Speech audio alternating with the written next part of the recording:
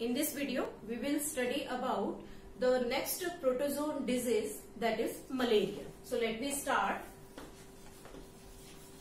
Malaria. This is the second disease of our syllabus that caused by the protozoa. Malaria is a protozoan disease. Protozoan disease which is caused by the Plasmodium. Causative agent of malaria is Plasmodium. This Plasmodium is of different four types, or we can say different four species are there which causes different types of malaria. Now what are the different species of this Plasmodium? First is Plasmodium vivax, second Plasmodium ovale, third Plasmodium malariae, and fourth is Plasmodium falciparum. These are four different species of the Plasmodium which causes different types of malaria. Out of these four different species, this falciparum is the most dangerous. It is most dangerous type of the malaria. This type of malaria generally found in the African region. Africa में सबसे ज्यादा जो notice किया जाता है that is the Plasmodium falciparum.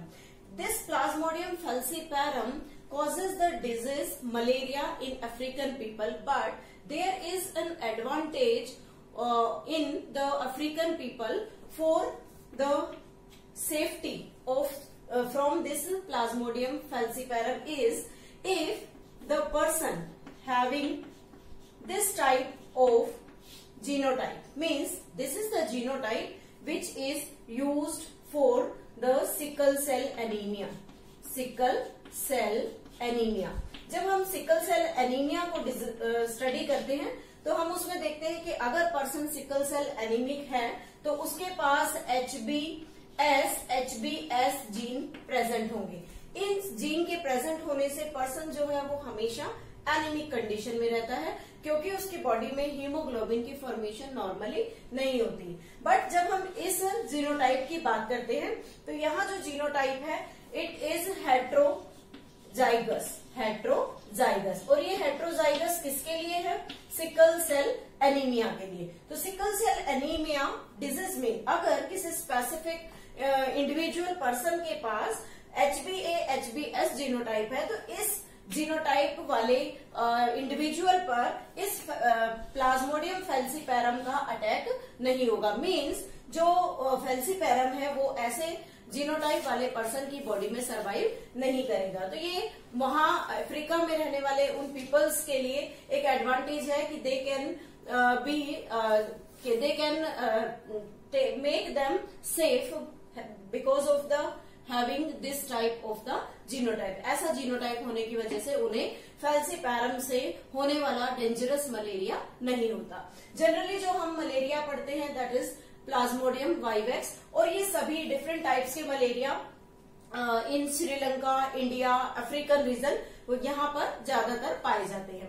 अब बात आती है कि ये जो प्लाज्मोडियम है ये किस तरीके से ह्यूमन बॉडी में ट्रांसफर होता है. तो इसका अगर हम मोड ऑफ ट्रांसमिशन पढ़ते हैं, mode of transmission for transmission क्या होगा? Generally this malaria caused by the bite of female Anopheles mosquito. Female anopheles mosquito के बाइट से ये ह्यूमन बॉडी में इन्फेक्शन क्रिएट करता है. अब जब ये फीमेल बॉडी में ट्रांसफर हुआ एनोफिलीज में, उसके बाद ये ह्यूमन बॉडी में ट्रांसफर हुआ. तो इसका जो ट्रांसफर है वो किस तरीके से है? When we talk about the life history or the life cycle of the Plasmodium, so we can say that it has the digenetic host. कि इसकी लाइफ साइकिल में डाइजेनेटिक होस्ट कंडीशन है. डाइजेनेटिक होस्ट मीन्स प्लाज्मोडियम दो different bodies में survive करता है. First body is of man and second body is of mosquito. 2 bodies के अंदर जनरली ये सरवाइव कर रहा है। मैन की बॉडी में हमेशा एसेक्सुअल रिप्रोडक्शन करेगा, एसेक्सुअल रिप्रोडक्शन, एंड मॉस्किटो की बॉडी में सेक्सुअल रिप्रोडक्शन करता है। और जब इसके ये दोनों फेजेस पूरे होते हैं तो एक कंप्लीट साइकिल की फॉर्मेशन होगी, जिससे रिजल्ट क्या निकलेगा कि जैसे ही मॉस्किटो बाइट करता है किसी भी हेल्दी पर्सन को, तो मॉस्किटो अपनी बॉडी से अपने सलाइवा के साथ कुछ जो इन्फेक्टिव स्टेज है उन्हें ह्यूमन की बॉडी में इंजेक्ट कर देता है। फिर ह्यूमन की बॉडी उसमें एसेक्सुअल रिप्रोडक्शन करती है और एसेक्सुअल रिप्रोडक्शन से उसकी पूरी बॉडी के अंदर प्लाज्मोडियम की डिफरेंट स्टेजेस ट्रांसफर होती हैं। After that asexual phase complete होने के बाद यहाँ पर गैमेटोजेनेसिस होगा और उस गैमेटोजेनेसिस से जो गैमेट्स बनेंगे, एट दैट टाइम अगर मॉस्किटो फिर से उस अनहेल्दी पर्सन को बाइट करता है तो यहाँ से गैमेट कलेक्ट करेगा। फिर उस गैमेट को कलेक्ट करने के बाद जो फ्यूजन और डेवलपमेंट का प्रोसेस है वो हमेशा मॉस्किटो की बॉडी में कंप्लीट होता है। तो इस तरीके से जनरली हम कह सकते हैं कि डाइजेनेटिक होस्ट जो है वो बॉडी में कैसे अपने जो इन्फेक्शन है ह्यूमन बॉडी में उसे क्रिएट करता है। Now let me start with the life history. Plasmodium की लाइफ साइकिल किस तरीके से एग्जिस्ट करती है, तो उसके लिए हमें दोनों जो होस्ट हैं उनके अंदर इसकी लाइफ साइकिल को स्टडी करना है। सबसे पहले हम यहाँ ले रहे हैं मैन और सेकंड मॉस्किटो। दोनों होस्ट हैं जिनकी बॉडी के अंदर प्लाज्मोडियम सरवाइव करता है। बट यहाँ पर जो मॉस्किटो है it behaves like a vector, means इस डिजीज को ट्रांसफर करने का काम मॉस्किटो का होता है, जो हमेशा एक मलेरियल डिजीज वाले पेशेंट्स को बाइट करने के बाद जब किसी हेल्दी पर्सन को बाइट करता है तो उसकी बॉडी में इन्फेक्शियस स्टेज को ट्रांसफर करता है। तो सबसे पहले हम यहाँ फर्स्ट ले रहे हैं मैन के कैरेक्टर्स की। मैन की बॉडी के अंदर प्लाज्मोडियम की लाइफ साइकिल किस तरीके से कैरी ऑन होगी। फर्स्ट थिंग, जैसे कि हमने बात की, मैन की बॉडी में हमेशा asexual life stages of malaria grow करती हैं।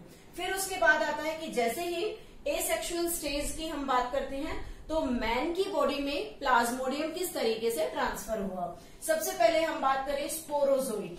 स्पोरोजोइट क्या है? It is the infective stage.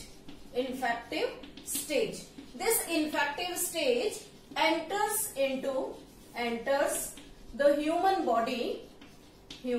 body by the bite of mosquito। Mosquito की बॉडी में मॉस्किटो की बाइट की हेल्प से ये ह्यूमन बॉडी के अंदर स्पोरोजोइट, जो कि एक इन्फेक्टिव स्टेज है, काफी इंपॉर्टेंट है, ये एंटर करती है। उसके बाद आता है कि जैसे ही ह्यूमन बॉडी में इसकी एंट्री हुई तो सबसे पहले इसकी एंट्री किस में होगी? ब्लड में। और स्पोरोजोइट यहाँ से सबसे पहले ब्लड में एंटर करेगा, ब्लड से ये ट्रांसफर होगा लिवर सेल में। उसके बाद लिवर सेल के अंदर इसमें एसेक्सुअल रिप्रोडक्शन होता है और एसेक्सुअल रिप्रोडक्शन में जनरली मल्टीपल फिजन होगा, जिसकी वजह से क्या करेगा, ये मल्टीपल कॉपीज प्लाज्मोडियम की प्रिपेयर करता है। लिवर सेल यहाँ आकर बर्स्ट हो जाती है, इट बिकम बर्स्ट, और बर्स्ट होते ही इसमें से मैनी प्लाज्मोडियम रिलीज होंगे and this Plasmodium released from here enters into the RBC. अब जो प्लाज्मोडियम लिवर सेल के बर्स्टिंग के बाद रिलीज हुए वो सभी प्लाज्मोडियम धीरे धीरे हर आरबीसी में एंटर करना स्टार्ट कर देंगे, और जैसे जैसे वो आरबीसी में एंटर करता है अगेन इन आरबीसीज में भी मल्टीपल फिजन स्टार्ट होगा, कंटिन्यूअसली ग्रोथ चलती रहेगी। एक टाइम ऐसा आएगा कि जब आरबीसीज भी रप्चर हो जाएंगी, we can say that RBCs get rupture. यहाँ पर आरबीसीज भी उसकी ग्रोथ की वजह से रप्चर हो गई, और रिजल्ट क्या रहा कि इसमें से मैनी प्लाज्मोडियम रिलीज हो गए, प्लाज्मोडियम रिलीज्ड फ्रॉम हियर। अब जो प्लाज्मोडियम यहाँ से रिलीज हुए फर्दर फिर से क्या होगा, वो मोर आरबीसीज में एंट्री करेंगे और सेम प्रोसेस कंटिन्यूअसली बॉडी के अंदर चलता रहेगा। आफ्टर दैट व्हाट हैपेंस कि जो प्लाज्मोडियम यहाँ पर बन रहे हैं वो एक लास्ट स्टेज आती है जिसमें वो क्या करते हैं, गैमीट्स बनाते हैं। तो जो यहाँ पर गैमीट्स बनते हैं उसे हम गैमीटोसाइट्स भी कह सकते हैं, गैमीटोसाइट। गैमीटोसाइट में मेल और फीमेल दोनों गैमीट्स यहाँ प्रिपेयर होंगे गैमीटोजेनेसिस प्रोसेस की हेल्प से। एट दैट टाइम ये जो गैमीट्स जब बॉडी में प्रेजेंट है, इस समय अगर मॉस्क्यूटो इस पर्सन को बाइट करता है तो वो यहां से ह्यूमन के ब्लड से गैमीटोसाइट को कलेक्ट करेगा और उसके बाद का जो डेवलपमेंट प्रोसेस है, फर्टिलाइजेशन का प्रोसेस है, वो प्रोसेस मॉस्क्यूटो की बॉडी के अंदर कंप्लीट होता है। एक चीज और यहाँ ध्यान देने की है कि जब आरबीसीज रप्चर करती हैं तो आरबीसी के रप्चर करने से एक मेन इफेक्ट नजर आता है एंड दैट इफेक्ट यहां मैं लिख रही हूं कि when the RBCs get rupture, RBCs get rupture. When this get rupture, a chemical is released which is named as hemozoin. This hemozoin cause chills and fevers. Chills and fever. Generally हम कहते हैं कि malarial fever में काफी तेज बुखार आता है और उसके साथ साथ कपकपी चढ़ती है, मीन्स फीलिंग ऑफ चिल्स, ठंड लगती है। तो वो चिल्स का मेन रीजन क्या है कि when the RBCs get rupture then it release the chemical hemozoin और उस हीमोजोइन की वजह से चिल्स और फीवर की कंडीशन ह्यूमन में हम ऑब्जर्व कर सकते हैं। तो इसमें जो चिल्स और फीवर आता है वो एवरी 48 आवर्स में रिपीट होता है। एवरी 48 आवर्स में रिपीट क्यों हो रहा है कि एक बार जब आरबीसीज में प्लाज्मोडियम की एंट्री हुई तो 48 आवर्स में वो अपना कंप्लीट मल्टीपल फिजन करेगा। After that the RBC get rupture और उसके बाद हीमोजोइन रिलीज होगा, then the chills and fever we can observe in the patient. उसके बाद हम बात करते हैं यहाँ पर एक स्पेशल चीज है कि हम कहते हैं कि जब भी हमारा ब्लड बॉडी से बाहर आता है तो वो क्लोट कर जाता है। When the blood comes out it get clot, ये क्लोट हो जाएगा। तो यहाँ भी सेम रीजन है कि जब मॉस्क्यूटो हमारी बॉडी से ब्लड को सक करेगा तो उस ब्लड को क्लोट हो जाना चाहिए, लेकिन ऐसा नहीं होता। उसके लिए भी एक रीजन है। वो रीजन क्या है कि जब मॉस्क्यूटो हमारी बॉडी से ब्लड को सक करता है एज अ मील, तो उस ब्लड को सक करने से पहले मॉस्क्यूटो हमारी बॉडी में एनोफिलिन नाम का एक सब्सटेंस रिलीज करता है और ये जो एनोफिलिन है इट इज एन एंटीकोएगुलेंट, जो क्या करेगा, पहले एनोफिलिन बॉडी में इंजेक्ट हुआ, after that the mosquito will suck the blood. तो रिजल्ट क्या रहेगा कि anophelin prevent the clotting of blood, it prevent clotting of blood, blood की क्लोटिंग को ये प्रिवेंट कर देगा, ताकि रिजल्ट क्या रहे कि जो मॉस्क्यूटो है उसने जिस पर्पस के लिए ब्लड को बॉडी से सक किया है वो पर्पस उसका कंप्लीट हो सके, क्लोटिंग ऑफ ब्लड। तो ये जो दो मेन इंपॉर्टेंट चीजें हैं, anophelin, what is the function of anophelin and where it is released, who released it, second hemozoin कहां से रिलीज होता है और इसका मेन फंक्शन क्या है। अब हम बात कर रहे थे गैमेटोसाइट्स की। मैन की बॉडी में गैमेटोसाइट्स प्रिपेयर हो गए, तो मॉस्क्यूटो जब बाइट करेगा, when mosquito bites the person, तो वो यहां से क्या करता है, अगेन कलेक्ट्स गैमेटोसाइट्स को कलेक्ट करेगा। Then these gametocytes will enter into the stomach. Gametocytes जो हैं वो स्टमक में चले गए। अब स्टमक में जाकर उनका होगा fertilisation. First of all fertilisation takes place here and development also there, development. और जैसे ही फर्टिलाइजेशन और डेवलपमेंट होता है तो उससे जो स्टेज यहां निकल कर आती है उसे हम नाम देते हैं zygote. This zygote modified into ookinete, zygote modified into ookinete and this ookinete modified into oocytes. These oocytes forms the sporozoite. Oocyte forms the sporozoite.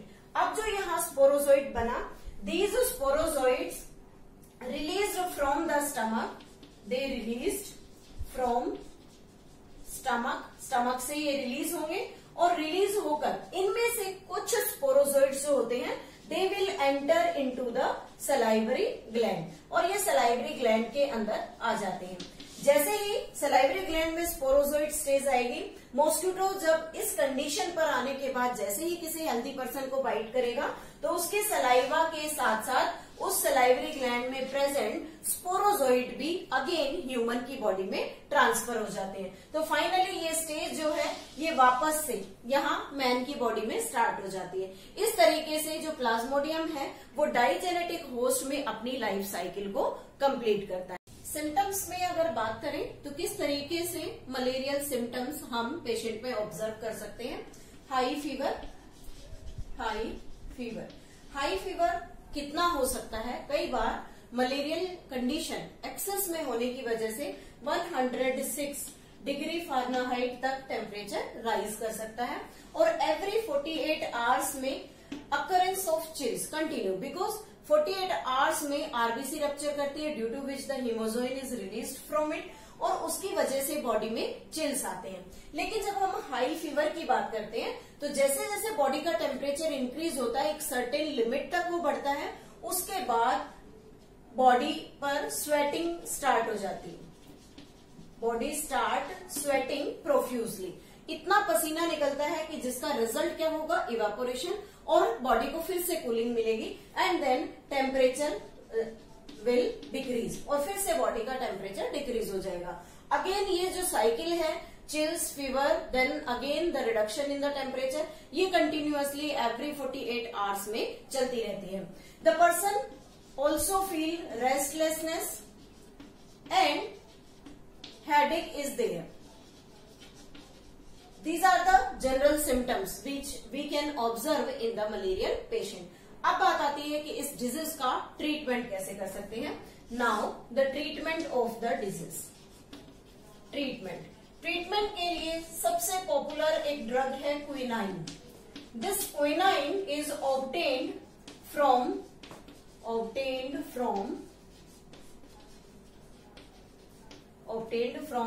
The plant cinchona नाम के प्लांट से ऑब्टेन की जाती है और सिनकोना प्लांट में generally इसकी bark को यूज किया जाता है and this quinine is known as the anti malarial drug. इसे एंटी मलेरियल ड्रग के नाम से भी जाना जाता है। और भी बहुत सारी एंटी मलेरियल ड्रग्स हैं, सल्फा ड्रग्स आजकल यूज की जाती हैं। उसके अलावा जनरल क्विनाइन से related chloroquine and certain anti malarial drugs are there. उसके अलावा अगर हम बात करें ट्रीटमेंट से रिलेटेड तो इस मलेरिया को कंप्लीटली हमारे एरिया से इरेडिकेट करने के लिए एक अलग से एक ऑर्गेनाइजेशन बनाया गया था जो मलेरिया के इरेडिकेशन के लिए वर्क करता था और रिजल्ट ये भी रहा कि हमने मलेरिया को अपने एरिया से कंप्लीटली इरेडिकेट कर दिया है। उसके अलावा एक और ट्रीटमेंट भी हम दे सकते हैं कि अगर हम डिजीज का प्रिवेंशन करना चाहते हैं, if we want to prevent the disease, तो प्रिवेंशन के लिए हमें क्या करना होगा, मॉस्किटो पॉपुलेशन को कंट्रोल करना होगा।